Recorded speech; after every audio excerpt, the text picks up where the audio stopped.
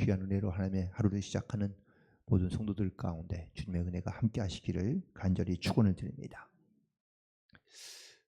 이런 우화가 있습니다. 옛날에 아랍 나라에 어느 큰 임금에게 아주 귀한 아들이 하나 있는데, 그런데 어느 날 다른 나라부터 선물을 받은 아주 귀한 항아리 속에 당시에는 정말 먹기 힘든 사탕이 있었다는 거예요. 그러니까 이 어린 왕자가 이 항아리 속에 있는 이 사탕을 꺼내 먹고 싶은데 손은 들어가 사탕을 집어서 꺼내는데 이 손이 안 나오는 거예요. 그런데 사탕은 놓기 싫은 거죠. 그래서 이 손에서 그 사탕을 쥐고 있으니 손이 빠지지 않는 겁니다. 아무리 빼도 빠지지 않자 난리가 난 거죠.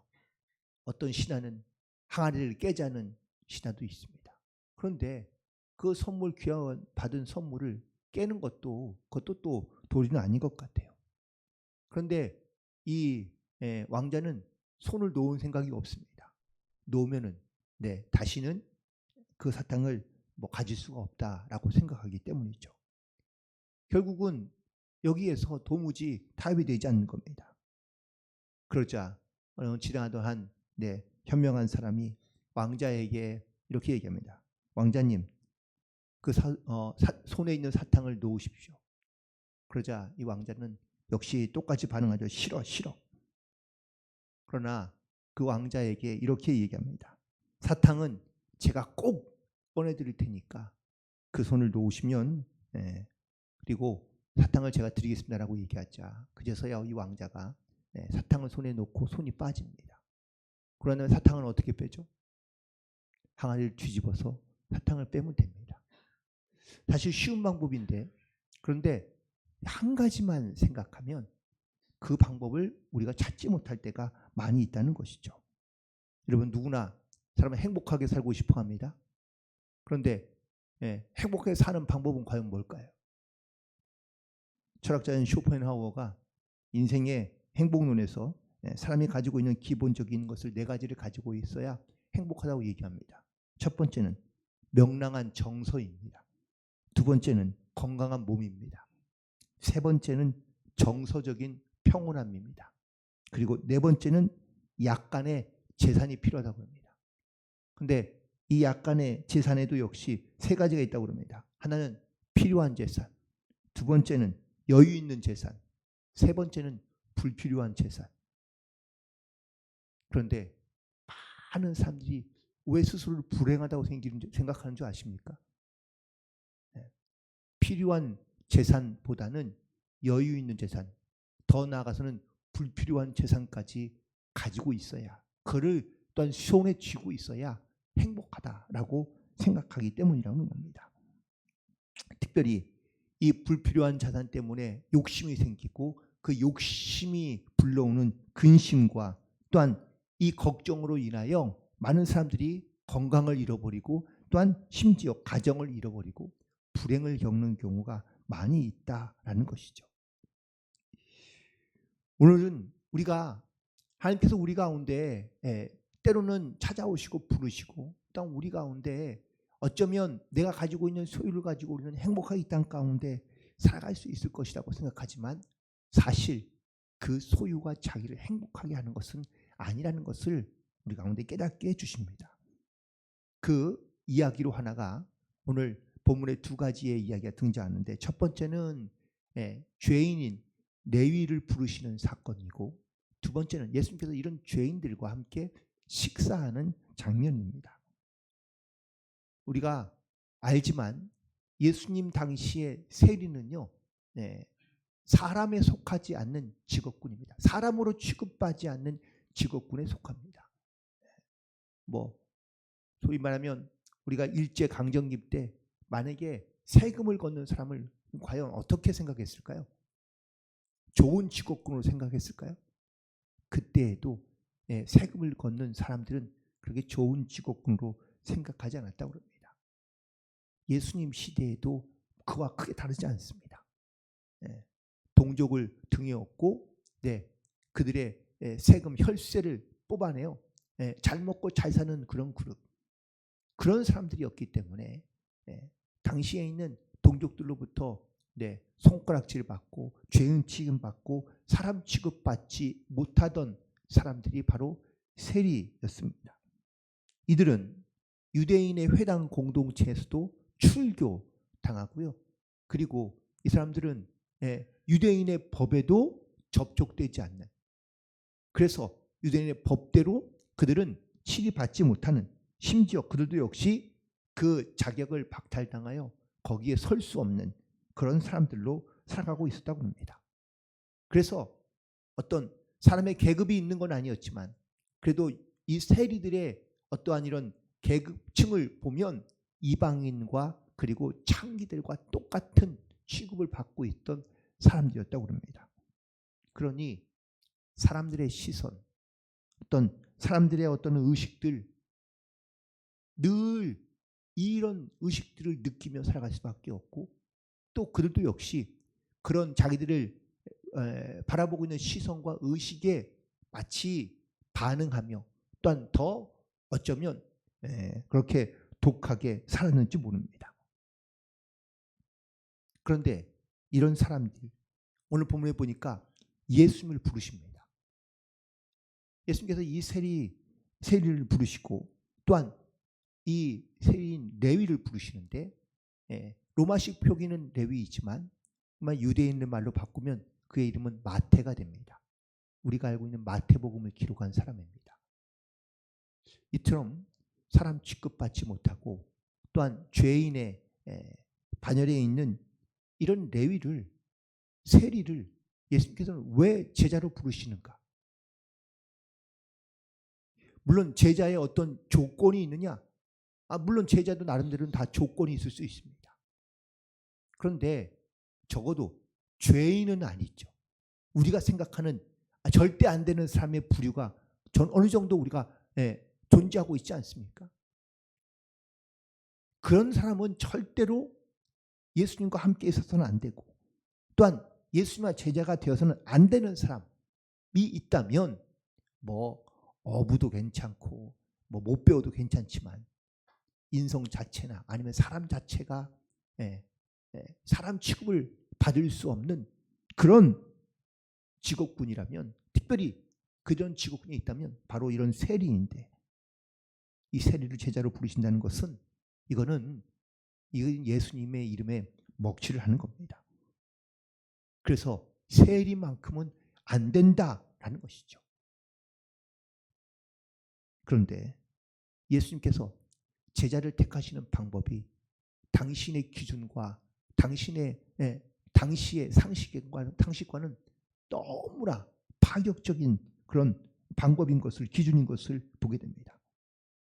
그렇다면 예수님께서 보고 계시는 것은 과연 뭘까? 왜 예수님은 이 세리를 선택하셨을까? 이게 중요한 이유인데, 그러면 과연 예수님이 이 세리의 무엇을 보고 그를 부르시고 제자로 삼으신 건가요? 그의 똑똑함, 지혜로움, 아니면 지식적인 배경일까요? 아닙니다. 그러면 만약에 그렇게 똑똑한 제자를 선택할 거였다면, 그러면 좋은 학교나 학원을 가지고 거기에 많이 배우던, 성경을 배우던 서기관들이 얼마나 많은데 그런 사람들에게 가서 그런 제자를 삼으시면 되죠. 예수님은 똑똑하거나 아니면 많이 배우거나 능력이 있거나 그렇다면 재산이 많아서 그러면 세리를 선택하신 것인가? 아니요, 그렇지 않습니다. 놀랍게도 세리가 선택받고 난 다음에 자기 재산을 다 버리고 예수님을 따릅니다. 예수님이 재산이 많아서 부른 것도 아닙니다. 그렇다면 무엇 때문에 예수님이 이 레위를 부르셨을까요? 바로 마음에 있는 공고함 때문입니다. 곤고함이라는 것이 고통스럽고 근심과 걱정이 많은 상태를 말할 수 있지만, 자기 영에 대한 궁극적인 그런 사모함과 또한 하나님에 대한 궁극적인 그런 궁금증이 많이 있었고, 또한 그런 믿음으로 살려고 하는 그런 영적인 마음들이 그 안에 녹아져 있었다라는 사실인 것이죠. 사회적으로 본다면 이 레위는 가까이 하지 말아야 될 사람, 사람 취급받지 못하는 사람, 또 절대 이 사람은 믿을 수 없는 사람, 아마 이런 부류에 속했을 것이 분명합니다. 그런데 예수님은 이 레위를 보시고 그 마음에 갖고 있는 그런 어떤 사모함과 공고함과 또한 그런 어떤 기대감을 가지고 예수님께서 이 세리인 레위를 부르십니다. 어쩌면 사회에서는 혐오 1순위였던 이 사람이 예수님을 만나고 예수님의 부르심에 자기의 모든 것을 다 내려놓고 예수님을 따르게 됩니다. 죄인이지만 이 레위는 자기의 죄를 정말 이 죄에서부터 자유로워지고 깨끗해지고 온전해지기를 바라는 사모하는 마음이 분명히 있었다는 것이죠. 예수님께서는 그래서 그의 마음을 보시고 그의 심령을 아시고 주님께서 레위를 부르신 줄로 믿습니다. 여러분, 우리가 어떤 사람인지 어떤 모습을 갖고 있는지 가장 잘 아시는 분은 예수님인 줄로 믿습니다. 다른 사람들이 우리를 평가하거나 우리를 생각할 때 어떻게 말하거나 어떻게 평가하는지 잘 모릅니다. 하지만 주님은 우리의 마음과 생각을 아시고 중심을 보시는 하나님이신 줄로 믿습니다. 그래서 우리가 어떤 마음을 가지고 주님 앞에 나아가느냐가 너무나 중요합니다. 그리고 중요한 것은 레위의 반응입니다. 그가 어느 날 세관에 앉아서 일을 시작하기 전에 세관에 앉아 있는데 또 어쩌면은 일 중간에 나왔을 수도 있죠. 근데 그때 지나가시다가 예수님께서 이 레위를 보시고 하시는 말씀이 나를 따르라. 예수님께서 무슨 장황하게 설명하고 내가 내 마음을 아니, 내가 내 고통을 아느니 이런 장황한 설명을 하신 것이 아니라 주님께서 말씀하시길 나를 따르라 하시니 레위가요 예수님의 이 말씀에 모든 걸 다 버리고 따라갑니다.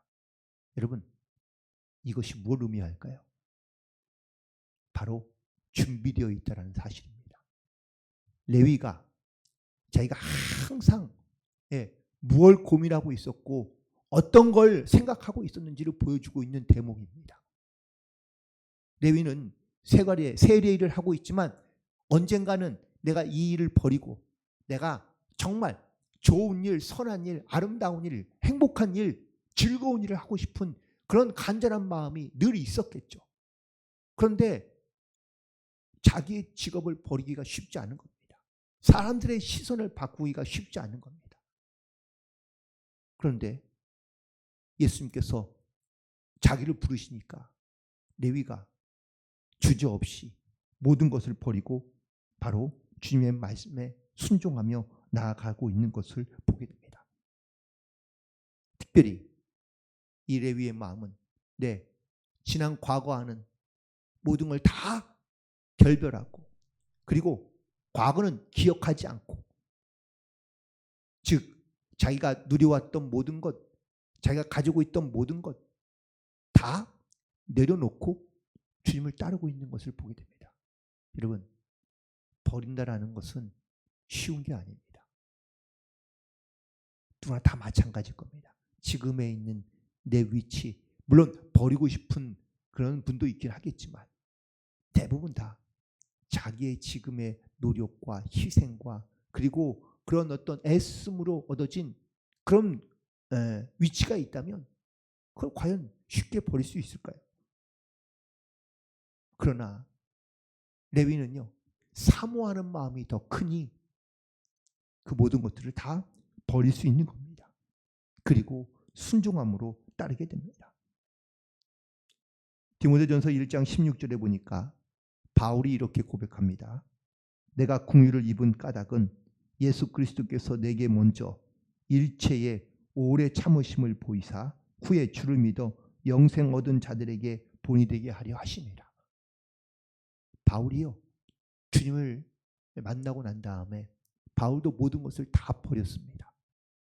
그런데 그가 디모데 후서에서 이렇게 고백하고 있는 내용은 주님께서 나를 위해 오래 참으셨다가 그리고 나를 불러주셨는데 내가 그 부르심으로 말미암아 새로운 사람이 되었다라고 라고 말하고 있으며 또 많은 사람들 가운데 영생을 얻게 하기 위하여 나를 부르셨다고 고백하고 있습니다.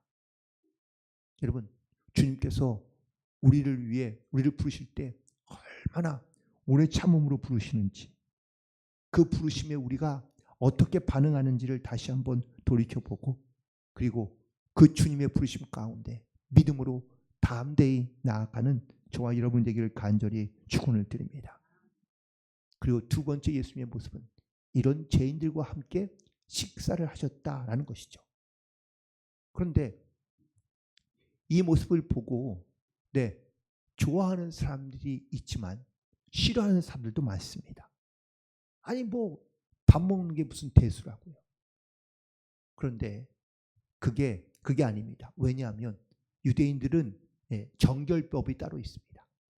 깨끗하게 밥을 먹을 때도 손과 발을 꼭 씻어야 되고요. 깨끗하게 돼요. 근데 손만 위생적인 것이 아니라 거긴 더러운 모든 몸에 있는 더러운 것들을 다 깨끗하게 씻어버린다는, 죄를 씻는다는 의미가 그 안에 담겨져 있기 때문입니다. 또 하나, 더러운 사람들, 특별히 죄인들과는 밥을 먹지 말아야 됩니다. 왜냐하면 부정하니까. 부정한 사람들과 밥을 먹으면 자기도 부정해집니다. 그렇기 때문에 그러면 이 부정한 것을 깨끗하게 씻기 위하여 또 제사를 드려야 되고 혹은 또 제사장 앞에 나가야 됩니다. 그러니까 이런 것이 번거로우니까. 그러니까 항상 죄로부터 자기를 지키기 위하여, 보호하기 위하여 이 정결법을 반드시 지키는 것이죠. 그래서 더러운 손만 발만 씻는 것이 아니라 부정한 사람들과는 가까이지 않는 것이, 이것이 현명한 대처법입니다. 그런데 예수님은요, 손도 씻지 않고 이런 부정한 사람들과 밥을 먹습니다. 그러니 보기 싫은 거죠. 그래서 바리새인들이 오늘 본문에서 16절에서 이렇게 얘기하죠. 바리새인의 서기관들이 예수님께서 죄인과 세리들과 함께 잡수시는 것을 보고 그의 제자들에게 이르되 어찌하여 세리들과 죄인들과 밥을 함께 먹느냐라고 묻습니다. 예수님께 묻지 않고 제자들에게 묻는 건 뭡니까? 예수님께서는 말하기가 두려운 겁니다. 또 제자들에게는 시비를 거는 거죠. 그런데 예수님은 오히려 이렇게 묻는, 율법을 따지고 율법을 묻는 사람들에게 이렇게 말씀하십니다. 오늘 본문에 있는 말씀, 17절에 있는 말씀이죠. 건강한 자에게는 의사가 쓸데없고 병든 자에게라야 쓸데있느니라. 두 번째, 나는 의인을 부르러 온 것이 아니요 죄를 부르러 왔노라 라고 말씀하십니다. 이것이 바로 예수님께서 이 땅 가운데 오신 가장 큰 중요한 목적들입니다. 예수님은 의인 때문에 온 것이 아니라 죄인 때문에 왔다라고 말씀하십니다. 사랑하는 성도 여러분, 나는 의인인가요? 죄인인가요? 네? 죄인 맞나요? 어거스틴이 이렇게 말을 했습니다. 세상에는 두 가지의 사람이 있는데 첫 번째는 죄인이란 이름으로 살아가는 죄인과 두 번째는 스스로 의인이라고 말하는 죄인이 있다. 결국은 모든 사람이 다 죄인이다라는 겁니다. 주님 앞에 깨끗한 사람, 주님 앞에 의롭다라고 말할 사람이 없다라는 거예요. 그래서 주님은 죄인을 부르러 왔노라라고 말씀하십니다. 주님께서는 지금도 우리를 부르시고 계시는 줄 믿습니다. 물론 내가 예수님을 믿어 구원함을 얻어 의롭다 칭함을 받을 수 있을 줄 모르지만 우리가 우리의 모습을 봤을 때는 여전히 죄인입니다. 죄인의 모습을 하고 있고 또한 죄인의 모습으로 살아가고 있고 죄인된 의식으로 살아가고 있는 것이 바로 우리들이기 때문에 그렇습니다. 그러나 예수님께서는 이런 우리에게 이렇게 소망을 주시고 믿음을 주십니다. 나는 의인보다는 죄인을 부르러 왔다. 그러니 내가 너를 부르니 나에게로 오라. 레위가 이 진리를 발견하고 이 은혜를 깨달으니까 예수님의 부르심에 즉각적인 반응으로 따라올 수 있는 겁니다. 그럴 수도 있지 않나요? 예수님께서도 물론 나중에 우리가 말씀 보긴 하겠지만 예수님이 제자를 부르시니까 주님 저는요 조그만 사정이 있었어요. 아버지를 장사 보내야 되고 또 뭐 누구한테 인사해야 되고 잠깐 제가 삶에 정리할 시간이 필요하고 누구나 다 이런 생각과 이런 핑계를 댈 수 있습니다. 그런데 레위는 주님께서 나를 따르라 하시니 그가 즉각으로 모든 것을 다 버려두고 예수님을 따랐다고 기록하고 있습니다. 그만큼 레위에는 그런 사모하는 마음이 있고 또한 그런 확실한 믿음의 준비가 되어 있던 삶인 것을 다시 한번 깨닫게 됩니다. 또 하나, 건강한 자에게는 의사가 쓸데없고 병든 자에게야 쓸데있다라고 말씀하실 때, 그래서 주님은 약한 자를, 부족한 자를, 병든 자를, 특별히 죄인들을 주님께서 찾아가 그들과 함께 하시며 또한 그들 가운데 하나님의 말씀으로 그들을 치료하시고 깨끗게 하시고 부정한 것들을 다시 한번 새롭게 하시는 하나님의 은혜를 선포하고 증거함으로 사신 줄 믿습니다.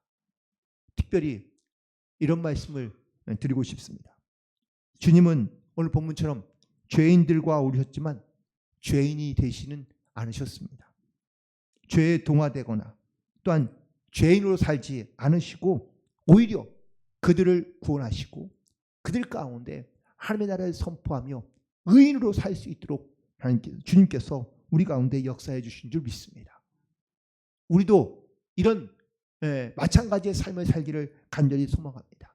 나도 비록 쌍 가운데 살고 있지만 죄인화되지 아니하고 또한 쌍 가운데 동화되지 아니하고 오히려 세상을 변화시키며 또한 주님의 사명을 따라 우리가 많은 죽어가는 영혼들을 주님께로 불러오고 또한 그들을 영적으로 구원해낼 수 있는 이러한 믿음의 사명을 감당하며 살아가는 성도들 되기를 간절히 소망하며 하나님의 이 부르심 가운데 우리가 믿음으로 담대히 나아가며 승리하는 복된 하루가 되시기를 주님의 이름으로 간절히 축원을 드립니다. 기도하시겠습니다. 하나님